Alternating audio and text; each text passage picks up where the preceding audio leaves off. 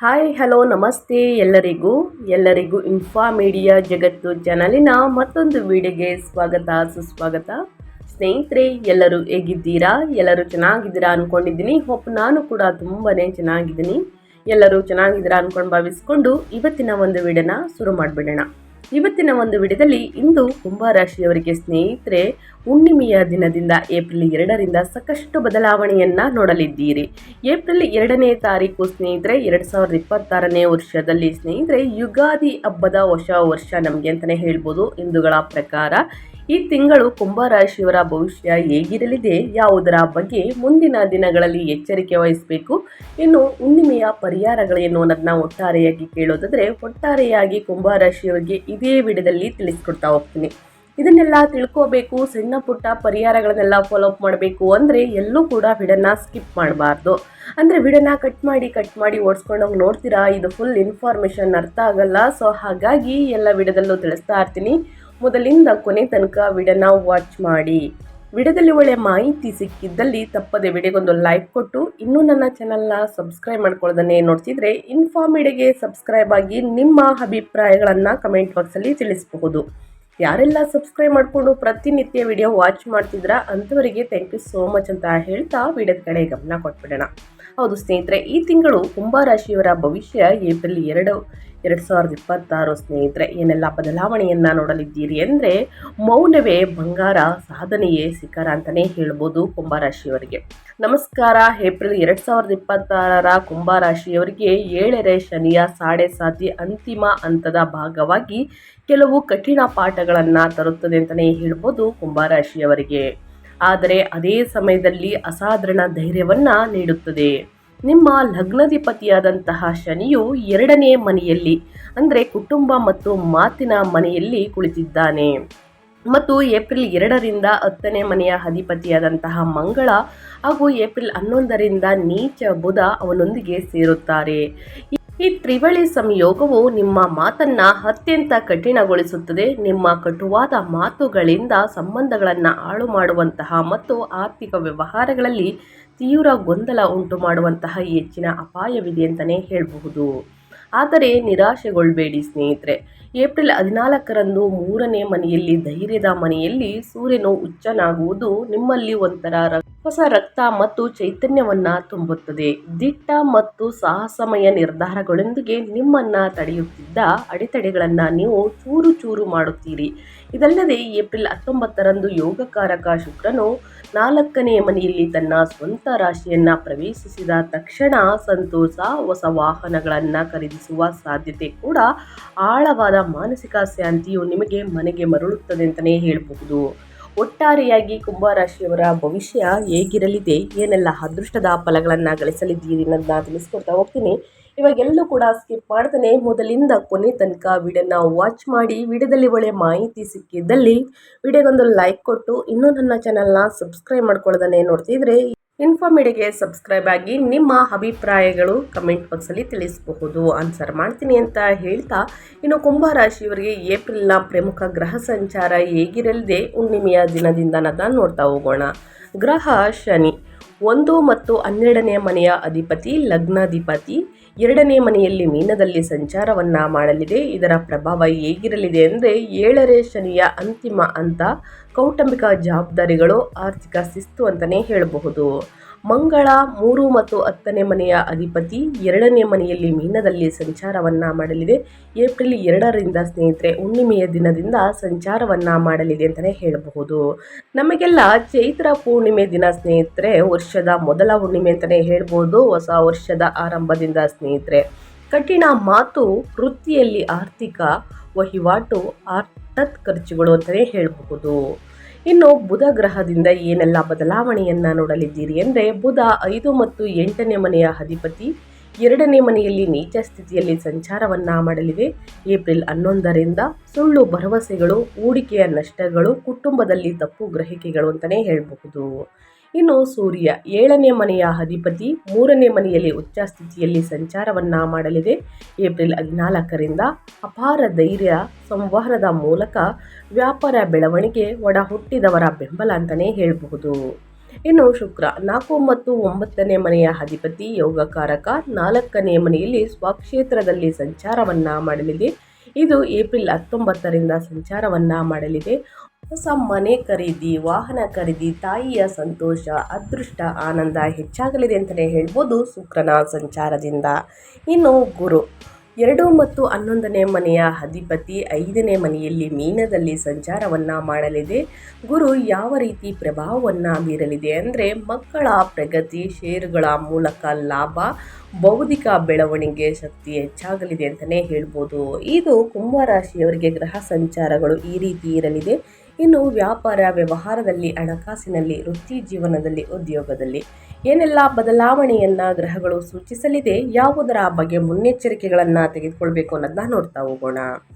ನಿಮ್ಮ ಉದ್ಯೋಗ ಮತ್ತು ವೃತ್ತಿ ಅಂದರೆ ಕೆರಿಯರ್ ಬಗ್ಗೆ ಹೇಳೋದಾದರೆ ಏಪ್ರಿಲ್ 2ರಂದು ನಿಮ್ಮ 10ನೇ ಮನೆಯ ಅಧಿಪತಿ ವೃತ್ತಿಕಾರಕ ಮಂಗಳನು 2ನೇ ಮನೆಯಲ್ಲಿ ನಿಮ್ಮ ಲಗ್ನಾಧಿಪತಿ ಶನಿಯೊಂದಿಗೆ ಸೇರುವುದರಿಂದ ಕಚೇರಿಯಲ್ಲಿ ನಿಮ್ಮ ಮಾತುಗಳಿಗೆ ಗಮನಾರ್ಹ ತೂಕವಿರುತ್ತದೆ. ಆದರೆ ನಿಮ್ಮ ಕಟ್ಟುನಿಟ್ಟಾದ ಮತ್ತು ಕಠಿಣ ವರ್ತನೆಯು ಸಹೋದ್ಯೋಗಿಗಳನ್ನು ಅಸಮಾಧಾನಗೊಳಿಸುತ್ತದೆ. ಕಚೇರಿಯ ಹತಾಶೆಗಳನ್ನು ಮನೆಗೆ ತಂದು ಕುಟುಂಬದ ಸದಸ್ಯರ ಮೇಲೆ ನಿಮ್ಮ ಕೋಪವನ್ನು ತೀರಿಸಿಕೊಳ್ಳಬಹುದು. ಏಪ್ರಿಲ್ 11ರಂದು 8ನೇ ಅಧಿಪತಿ ಬುಧ ನೀಚನಾಗುವುದು ನಿಮ್ಮ ವೃತ್ತಿಯಲ್ಲಿ ಅನಿರೀಕ್ಷಿತ ಅಡೆತಡೆಗಳು ಅಥವಾ ದೋಷಯುಕ್ತ ನಿರ್ಧಾರಗಳನ್ನು ತೆಗೆದುಕೊಳ್ಳುವ ಅಪಾಯವನ್ನು ಸೂಚಿಸುತ್ತದೆ.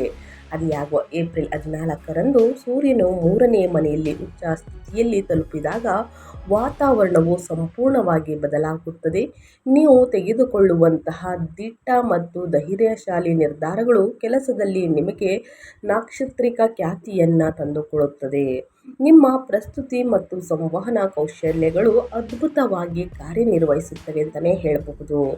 5ನೇ ಮನೆಯಲ್ಲಿರುವಂತಹ ಗುರುವಿನ ಕೃಪೆಯಿಂದ ನಿಮ್ಮ ನವೀನ ಐಡಿಯಾಗಳನ್ನು ಆಡಳಿತ ಮಂಡಳಿಯು ಹೆಚ್ಚು ಮೆಚ್ಚುತ್ತದೆ ಅಂತಲೇ ಹೇಳಬಹುದು.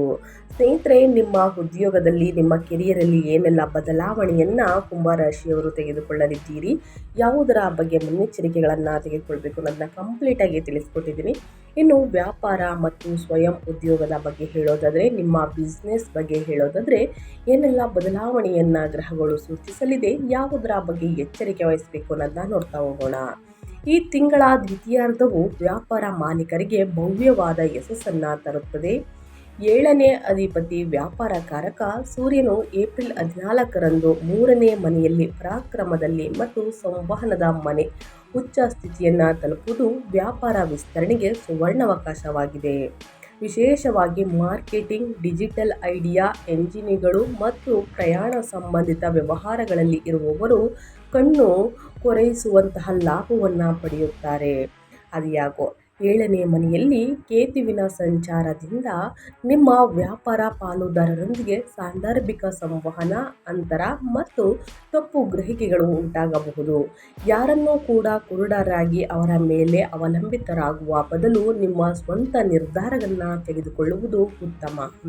ಅದು ಸ್ನೇಹಿತರಾಗಲಿ, ಕುಟುಂಬದವರಾಗಲಿ. ಸ್ನೇಹಿತರೆ, ಯಾರನ್ನೂ ಕೂಡ ಅತಿ ಹೆಚ್ಚಾಗಿ ನಂಬುವುದು ಬೇಡ. ಏಪ್ರಿಲ್ 19ರ ನಂತರ ಯೋಗಕಾರಕ ಶುಕ್ರನು ತನ್ನ ಸ್ವಂತ ರಾಶಿಯನ್ನು ಪ್ರವೇಶಿಸುವುದು ರಿಯಲ್ ಎಸ್ಟೇಟ್ ಮತ್ತು ಆಟೋಮೊಬೈಲ್ ವಲಯಗಳಲ್ಲಿರುವವರಿಗೆ ಅಸಾಧಾರಣವಾಗಿ ಪ್ರಯೋಜನಕಾರಿಯಾಗಿದೆ. ಒಟ್ಟಾರೆಯಾಗಿ ಹೇಳಬೇಕು ಅಂದರೆ ನಿಮ್ಮ ಬಿಸ್ನೆಸ್ಸಲ್ಲಿ ಯಾವುದರ ಬಗ್ಗೆ ಎಚ್ಚರಿಕೆ ವಹಿಸಬೇಕು, ಏನೆಲ್ಲ ಅದೃಷ್ಟದ ಫಲಗಳನ್ನು ಕುಂಭರಾಶಿಯವರು ಗಳಿಸಲಿದ್ದೀರಿ ಅನ್ನೋದನ್ನ ತಿಳಿಸ್ಕೊಟ್ಟಾಯಿತು. ಇನ್ನು ಮುಂದಿನದಾಗಿ ಹೇಳೋದಾದರೆ ಹಣಕಾಸಿನ ಬಗ್ಗೆ ಹೇಳೋದಾದರೆ ಏನೆಲ್ಲ ಬದಲಾವಣೆಯನ್ನು ನೋಡಲಿದ್ದೀರಿ, ಯಾವುದರ ಬಗ್ಗೆ ಎಚ್ಚರಿಕೆ ವಹಿಸಬೇಕು, ಏನೆಲ್ಲ ಖರೀದಿ ಮಾಡುವಂತಹ ಯೋಗ ಇದೆ ಅನ್ನೋದನ್ನ ನೋಡ್ತಾ ಹೋಗೋಣ. ನಿಮ್ಮ 2ನೇ ಮನೆಯಲ್ಲಿ ಅಂದರೆ ಧನಸ್ಥಾನದಲ್ಲಿ ಪಾಪದ ಗ್ರಹಗಳು ಶನಿ, ಮಂಗಳ ಮತ್ತು ನೀಚ ಬುಧ ಸಂಗಮದಿಂದಾಗಿ ತಿಂಗಳ ಆರಂಭದಲ್ಲಿ ಆರ್ಥಿಕ ಪರಿಸ್ಥಿತಿಯು ಸ್ವಲ್ಪ ಅಸ್ತವ್ಯಸ್ತವಾಗಿರುತ್ತದೆ. ನೀವು ನಿರೀಕ್ಷಿಸುವ ಹಣವು ನಿಮ್ಮ ಕೈ ಸೇರದಿರಬಹುದು ಮತ್ತು ಕುಟುಂಬದ ಖರ್ಚುಗಳು ವಿವರಿಸಲಾಗದಷ್ಟು ಹೆಚ್ಚಾಗುತ್ತದೆ.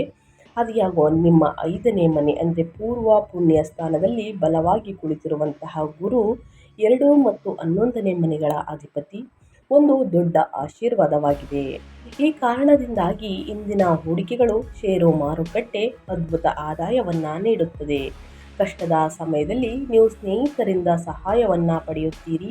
ಏಪ್ರಿಲ್ 19ರ ನಂತರ ಶುಕ್ರನ ಬಲವು ಮನೆ ಅಥವಾ ವಾಹನ ಸಾಲಗಳ ಸುಲಭ ಮಂಜೂರಾತಿಯನ್ನು ಖಚಿತಪಡಿಸುತ್ತದೆ ಅಂತಲೇ ಹೇಳ್ಬೋದು.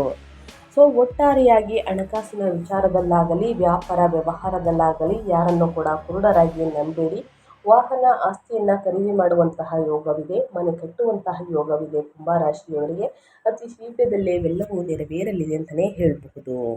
ಇನ್ನು ಮುಂದಿನದಾಗಿ ನಿಮ್ಮ ಹೆಲ್ತ್ ಬಗ್ಗೆ ಹೇಳೋದಾದರೆ, ನಿಮ್ಮ ಆರೋಗ್ಯದಲ್ಲಿ ಏನೆಲ್ಲ ಬದಲಾವಣೆಯನ್ನು ನೋಡಲಿದ್ದೀರಿ, ಯಾವುದರ ಬಗ್ಗೆ ಎಚ್ಚರಿಕೆ ವಹಿಸಬೇಕು ಕುಂಭರಾಶಿಯವರು ಅಂದರೆ ಅವರ ಯೋಗಕ್ಷೇಮ ಮತ್ತು ಆರೋಗ್ಯದ ಬಗ್ಗೆ ಹೇಳೋದಾದರೆ, ಏಪ್ರಿಲ್ 2ರಿಂದ ಹುಣ್ಣಿಮೆಯ ದಿನದಿಂದ ನಿಮ್ಮ ಲಗ್ನದಲ್ಲಿ ರಾಹುವಿನ ಸಂಚಾರವು ಮಾನಸಿಕ ಆತಂಕ ಮತ್ತು ಗೊಂದಲವು ನಿಮ್ಮನ್ನು ನಿರಂತರವಾಗಿ ನೆರಳಿನಂತೆ ಹಿಂಬಾಲಿಸುವುದನ್ನು ಖಚಿತಪಡಿಸುತ್ತದೆ. ನಿಮ್ಮ 2ನೇ ಮನೆಯಲ್ಲಿ ಮಂಗಳ ಮತ್ತು ಶನಿಯ ಪ್ರಭಾವದಿಂದಾಗಿ ನೀವು ಮುಖ್ಯವಾಗಿ ಅಲ್ಲಿನ ಸಮಸ್ಯೆಗಳು, ಗಂಟಲು ನೋವು ಅಥವಾ ಕಣ್ಣಿನ ಸಮಸ್ಯೆಗಳಿಂದ ತೊಂದರೆಗೊಳಗಾಗಬಹುದು.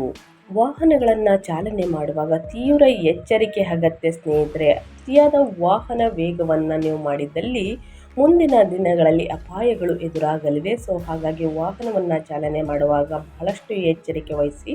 ಹುಣ್ಣಿಮೆಯ ಸಮಯದಲ್ಲಿ ಮತ್ತು ಅಮಾವಾಸ್ಯೆಯ ಸಮಯದಲ್ಲಿ ತಡರಾತ್ರಿಯಲ್ಲಿ ವಾಹನವನ್ನು ಚಾಲನೆ ಮಾಡುವುದಕ್ಕೆ ಹೋಗಬೇಡಿ ಸ್ನೇಹಿತರೆ.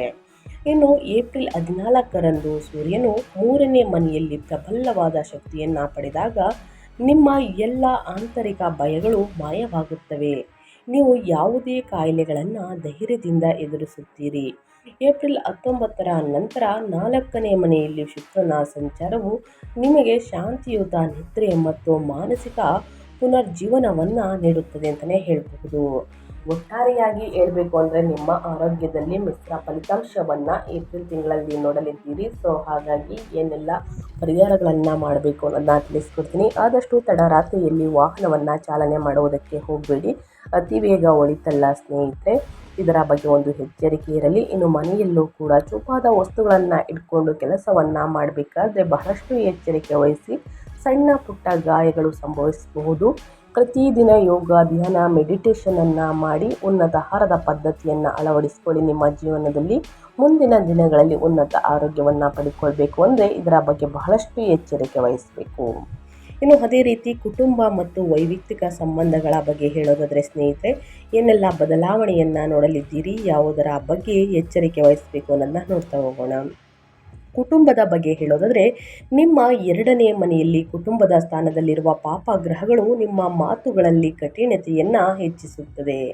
ಕುಟುಂಬದ ಸದಸ್ಯರೊಂದಿಗೆ, ವಿಶೇಷವಾಗಿ ನಿಮ್ಮ ಜೀವನ ಸಂಗಾತಿಯೊಂದಿಗೆ ಸಣ್ಣ ಪುಟ್ಟ ವಿಷಯಗಳಿಗಾಗಿ ನೀವು ತೀವ್ರವಾದ ವಾದಗಳಲ್ಲಿ ತೊಡಗುತ್ತೀರಿ. ಈ ತಿಂಗಳು ಮೊದಲ 3 ವಾರಗಳಲ್ಲಿ ನಿಮ್ಮ ಮಾತುಗಳನ್ನು ಕಟ್ಟುನಿಟ್ಟಾದ ನಿಯಂತ್ರಣದಲ್ಲಿಟ್ಟುಕೊಳ್ಳುವುದು ಸಂಪೂರ್ಣವಾಗಿ ಅತ್ಯಗತ್ಯ.